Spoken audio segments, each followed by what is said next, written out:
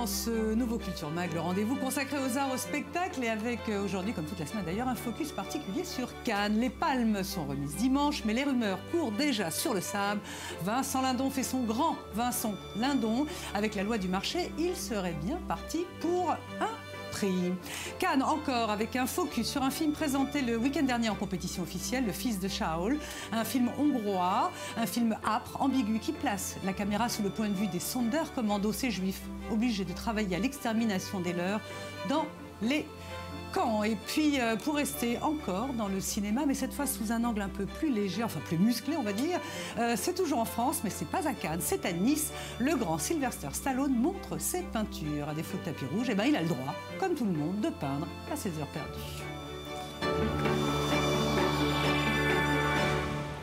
Voilà pour le sommaire. Merci d'être avec nous. Direction Cannes avec vous, Laetitia Loreni. Bonjour.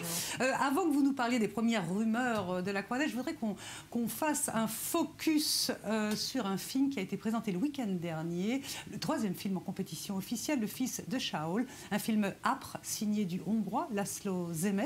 Vous vous souvenez peut-être du livre Les Bienveillantes de Jonathan Littell ou du documentaire de Lanzmann, Le Dernier des Injustes. Et bien avec Le Fils de Saul, Laszlo Zemes se livre au même exercice, la Shoah sous le point de vue du bourreau et dans le cas de ce film, sous le point de vue des Sonderkommando, ces juifs obligés de tuer les leurs. Le récit, Sandy Fortis. Première montée des marches pour Laszlo Nemes, ce réalisateur hongrois de 38 ans est en lice pour la Palme d'Or avec son film Le Fils de Saul. Un long métrage qui nous plonge dans l'horreur d'un camp de concentration pendant la Seconde Guerre mondiale, mais sous un angle différent. Notre objectif était de faire un film sur un homme dans un camp. Et plus particulièrement, pour cadre, on avait les Sonderkommando, c'est-à-dire ce groupe de prisonniers spéciaux, isolés du reste du camp et chargés d'effacer les traces de l'extermination. Des prisonniers au cas particulier, certains les qualifiant de collabos, ce que défend l'acteur principal du film. Les Sonderkommando n'étaient pas mi-bourreau, mi-victime. Les Sonderkommando étaient victimes à 100%. Les Sonderkommando ne versaient pas de sang. Ils n'ont été mêlés à aucun meurtre. Dans tous les cas, les Sonderkommando étaient choisis à l'arrivée sous peine de mort. Ils n'avaient pas le choix. Ils n'avaient pas le contrôle de leur destin. Ils étaient autant victimes que les autres prisonniers d'Auschwitz. Pour Laszlo Nemes, il était important de représenter l'enfer des camps d'extermination d'une façon différente. Jusqu'ici, selon lui, le sujet a été traité d'une manière frustrante. Le cinéma de l'après-guerre qui parle de la Shoah est souvent, très souvent, un cinéma de la survie. C'est des histoires de survie et c'est des histoires qui veulent raconter beaucoup de choses. On ne voulait pas raconter beaucoup de choses, on voulait raconter quelque chose de très étroit. Oppressant, le film est rythmé par les déplacements de Saul. On y découvre l'intérieur de l'enfer dans les moindres détails à travers ses yeux, ses oreilles. Un parti pris du réalisateur qui a choisi de laisser presque toujours l'horreur floue ou hors champ. Il est au milieu de l'usine de mort, il ne regarde plus cette usine. Il ne regarde plus les déportés, il ne regarde plus les cadavres. Donc on ne regarde pas ce qu'il ne regarde pas. Un premier film tourné sur une pellicule de 35 mm pour offrir aux spectateurs une expérience plus en immersion et plus émotionnelle. Pari gagné, Le Fils de Saul est le premier favori dans la course à la Palme d'Or. Voilà, Le Fils de Saul, film hongrois, sortira en France en novembre. Il est à noter d'ailleurs que la Hongrie, bien que très souvent présentée au Festival de Cannes, n'a jamais reçu de palme. Petite transition facile pour votre chronique, Laetitia, bonjour. Bonjour. Alors ça bruise de partout, cocorico, on aurait une palme, on aurait des prix. La France pourrait obtenir la palme, pour obtenir des prix d'interprétation dans l'histoire du festival. La France a remporté la Palme d'Or 10 fois, dernière en date, c'était en 2013, avec La vie d'Adel Abdelatif Kechiche. Mais la présence n'a jamais été aussi forte que cette année. Sur 19 films en compétition, 5 d'entre eux sont bleu, blanc, rouge. Le premier film hexagonal à avoir été projeté, c'était Mon Roi ce week-end avec Maïwenn, avec les performances des deux acteurs principaux, Vincent Cassel et Emmanuel Berco, qui sont salués à l'unanimité par la critique. Et on en parle beaucoup de ces acteurs français depuis le début de ce festival. Ils sont absolument partout, notamment dans des films étrangers étranger. On retrouvera Léa Seydoux dans une œuvre grecque. On retrouve d'ailleurs Léa Seydoux dans une œuvre grecque étrange, de Lobster, qui tire son épingle du jeu dans la sélection. Isabelle Huppert dans un film norvégien. Vincent Cassel dans un film italien. Mais c'est un autre Vincent qui attire l'attention des médias. Vous l'avez dit dans le sommaire, c'est Vincent Lindon qui part très grand favori pour le prix d'interprétation masculine dans La loi du marché de Stéphane Brisé, deuxième film français en sélection officielle, en compétition officielle, et dans lequel il incarne un quinca en situation de chômage de longue durée qui finit par retrouver un emploi comme chef de la sécurité d'un supermarché. On regarde ça tout de suite en images. Je pense que pour ma santé mentale, je préfère tirer un trait, passer à autre chose. Est-ce que ça fait de moi un lâche? Bon, qu'est-ce qui se passe? C'est pas la première fois, Madame Anselmi, vous avez été filmé. J'en ai dit. Vous confirmez? Oui, monsieur, vous confirmez. Thierry, vous confirmez?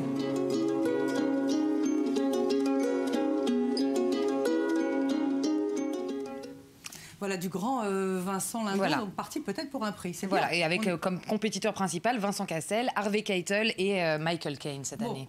On attendra ça dimanche prochain. Merci beaucoup Laetitia Loreni, notre madame cinéma. Vous n'allez d'ailleurs pas être insensible au highlight qui suit, c'est l'expo du jour. C'est Sylvester Stallone qui expose ses toiles à Nice.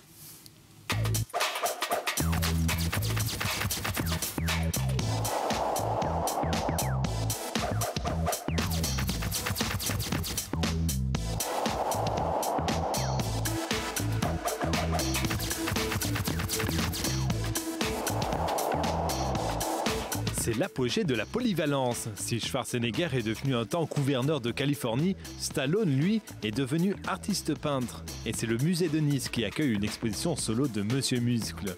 Pendant que ses collègues montent les marches à Cannes, il est accueilli par des meutes de journalistes. Sylvester a fait le déplacement sur la promenade des Anglais pour inaugurer cette exposition nommée Real Love.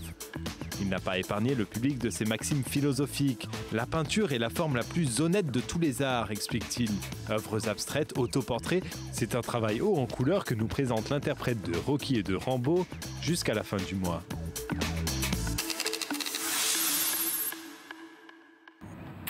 On passe à la littérature maintenant, la littérature de la mémoire, la littérature du souvenir, la littérature de la chute aussi avec notre invitée Ariane Bois. Bonjour. Bonjour. Merci d'être là. Alors vous publiez Sans oublier aux éditions Belfond, c'est l'histoire d'une femme qui chute. Sa vie, sa famille, le bonheur, le couple, et puis voilà, c'est lié à un drame personnel.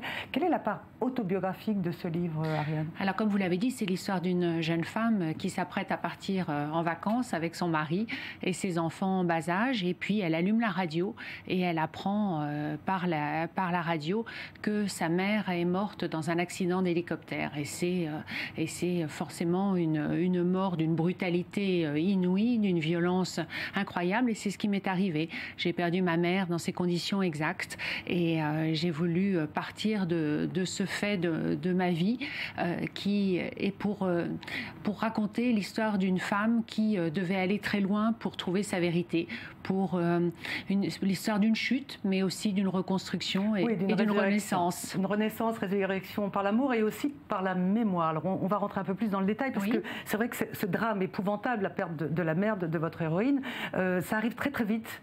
Et ensuite, c'est une longue descente comme ça. Et cette famille qui a l'air heureuse, ce mari aimant, ses enfants parfaits, tout explose. Oui, parce qu'elle ne va pas supporter cette mort, parce qu'elle n'y était évidemment pas préparée. On ne peut pas se préparer à un accident d'une violence comme celle-ci. Et puis, progressivement, elle va dévisser, comme si elle dévissait d'une montagne, comme si sa vie, en fait, explosait, comme l'hélicoptère l'a fait. Progressivement, elle va se couper de son travail, de ses amis. Avec son mari, les choses vont être difficiles. Et c'est surtout avec les enfants, avec la maternité, qu'elle rencontrera le plus de problèmes.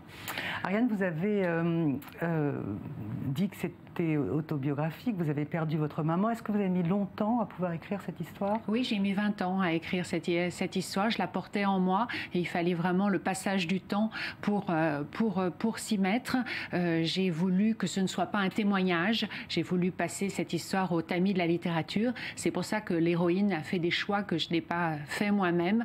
Mais je suis partie de ce choc parce que c'était très intéressant pour moi d'étudier la maternité et le deuil et les racines, le deuil et la recherche. Elle va se mettre dans les pas de sa mère et progressivement, elle va essayer de comprendre qui était cette mère. Elle a sa 2 chevaux, elle a l'air libre, elle a l'air extraordinaire. Oui, c'est une femme de 68. C'est vraiment, elle était grand reporter dans un magazine français. Elle partait à droite et à gauche. C'était une femme libre, engagée aussi, et une femme peut-être dont il est très difficile de vivre dans l'ombre, puisque l'héroïne vit dans l'ombre de sa mère. Et c'est comme si quand elle était privée de cette lumière, elle n'était plus qu'ombre elle-même. Est-ce que vous avez choisi d'être journaliste dans la presse féminine pour suivre les pas de votre maman? Sûrement. Je pense que mon père et ma mère se sont rencontrés à l'AFP. Donc je pense que j'ai une lourde hérédité dans ce domaine. Et j'ai toujours su, dès l'âge de 10 ans, que j'écrirais. J'ai gagné un prix de rédaction en France et je me suis dit que peut-être c'était aussi ma voie. Et puis inconsciemment, les chemins nous emmènent vers le travail de nos parents. Et donc j'ai voulu suivre sa voie sans doute. Alors on parlait hors antenne, je disais, voilà, vous êtes journaliste dans la presse féminine, une presse légère, futile a priori, et puis vous sortez ce 3e livre et vous nous disiez que c'était 3 livres lourds qui racontent votre vie, la mort de votre frère, et puis l'histoire de vos grands-parents. Est-ce que vous pouvez revenir là-dessus? Oui, tout à fait. Le premier livre s'appelle « Et le jour pour eux sera comme la nuit ». C'est l'histoire d'une famille qui est dévastée par la mort d'un jeune homme de 20 ans. Et voilà, c'est une histoire qui m'est arrivée. Et là aussi, j'ai mis beaucoup de temps à l'écrire. Je voulais essayer de comprendre comment une famille pouvait revivre sur différents plans après une tragédie de cette ampleur. Et le monde d'Anna est l'histoire de mes grands-parents qui étaient des juifs turcs et qui ont pu échapper à la Shoah grâce à quelque chose de très méconnu qui sont les trains de la liberté qui sont partis de Paris à Istanbul en pleine Europe occupée en 1944. Et c'était un voyage dont il m'avait parlé et j'ai toujours su que j'avais envie de retrouver des hommes et des femmes qui avaient fait ce voyage et de raconter cette épopée. Ariane Bois, on revient sur le dernier livre, donc, oui. Sans oublier l'héroïne. C'est vous, mais c'est quand même l'héroïne, oui. Se rend compte que sa maman avait été une enfant cachée à Chambon-sur-Lignon. Comment vous avez articulé cette partie-là de l'histoire par rapport au drame initial? Alors en fait, à un certain moment, elle ne peut plus rester à Paris. Elle est totalement submergée par ses émotions, par ses sentiments. Avec ses enfants, ça se passe mal. Les incidents se multiplient et elle a l'impression d'être une mauvaise mère, une mauvaise épouse. Et elle part droit devant elle, au hasard. Mais est-ce qu'il y existe véritablement un hasard? Et elle se retrouve donc au Chambon qu'elle connaissait parce qu'elle a des racines protestantes. Une partie de sa famille est protestante et elle arrive donc dans ce village à 60 km de Saint-Étienne et elle n'y fait rien, elle se repose et elle va rencontrer un homme. Oui, voilà, elle va rencontrer un homme et cet homme avec qui elle aura une relation très, très étrange va lui permettre de rencontrer Jeanne. Et Jeanne, c'est une femme, c'est un concentré d'humanité, c'est une vieille dame indigne et cette femme va lui raconter une histoire de solidarité étonnante au Chambon-sur-Lignon et elle va se rendre compte progressivement que sa mère a vécu là quelques mois pendant ces terribles années 43-44. Est-ce que vous avez redécouvert vos racines juives ou... J'ai redécouvert mes racines juives à l'âge de 17 ans, puisqu'on ne m'en avait pas parlé et j'ai été élevée dans la foi protestante. Je connaissais bien le Chambon-sur-Lignon, puisque ma grand-mère, qui est originaire de Dieulefit, donc un autre village qui s'est enrichi et honoré de sa résistance morale pendant la guerre, et n'est pas si loin dans la Drôme. Et il m'a fallu faire tout un chemin pour retrouver les pas du Chambon-sur-Lignon où une partie de ma famille a séjourné avant la guerre, après la guerre, et a été très amie avec le pasteur du Chambon-sur-Lignon qui est cet homme extraordinaire. Merci beaucoup. Donc je rappelle le titre de votre livre, Sans oublier, aux éditions Belfond. Merci beaucoup Ariane Bois. Merci à vous. Ne bougez pas. Voilà, c'est une interview avec Ariane Bois qui a été enregistrée avant ce journal. On va se quitter avec la plus belle des retraitées, la française Aurélie Dupont. Elle prend sa retraite à 42 ans. Elle aura passé 32 ans à l'Opéra de Paris, dont 17 années sur les pointes de danseuse étoile. Aurélie Dupont dit au revoir en beauté. Ses adieux sur scène. L'histoire de Manon aura été diffusée dans les salles de cinéma UGC. Aurélie Dupont a été suivie par ailleurs pendant 3 ans par le réalisateur Frédéric Clapiche. Et ce film-là, ce documentaire-là sur elle sera diffusé sur France 3 fin mai. Et puis, dernière bonne nouvelle pour elle, Benjamin Millepied vient de la nommer maître de ballet à l'Opéra de Paris. Voilà, c'est la fin de ce Culture Mag. On va se quitter sur un extrait de ballet d'Aurélie Dupont, le Boléro de Ravel. C'était en 2012 à New York. Merci de votre fidélité. À demain, même heure. Juste après, c'est l'info qui continue sur i24 News.